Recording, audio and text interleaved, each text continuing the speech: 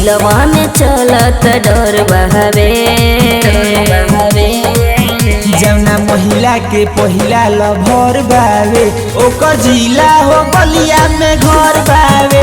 जौना महिला के पहिला लभर बावे ओकर जिला हो बलिया में घर बावे।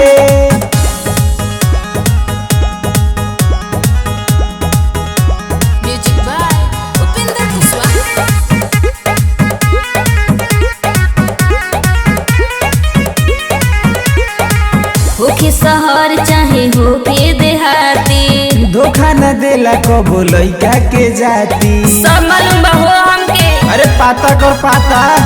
होके शहर चाहे होके देहाती, धोखा न देला कबो लइका के जाती। देखा देखी के परत असर बहावे।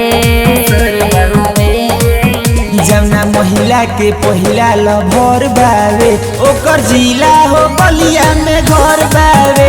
जौना महिला के पहिला लभर बावे ओकर जिला हो बलिया में घर बावे।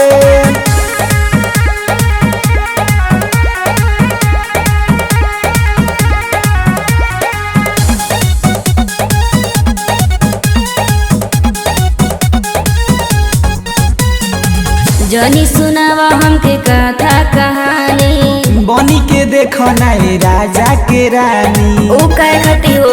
अरे बन के देख रे बगली।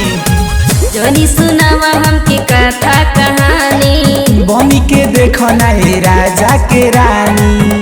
तोहरा बारे में कृष्णा खबर बहावे। जौना महिला के पहिला लभर बावे ओकर जिला हो बलिया में घर बावे। जौना महिला के पहिला लभर बावे ओकर जिला हो बलिया में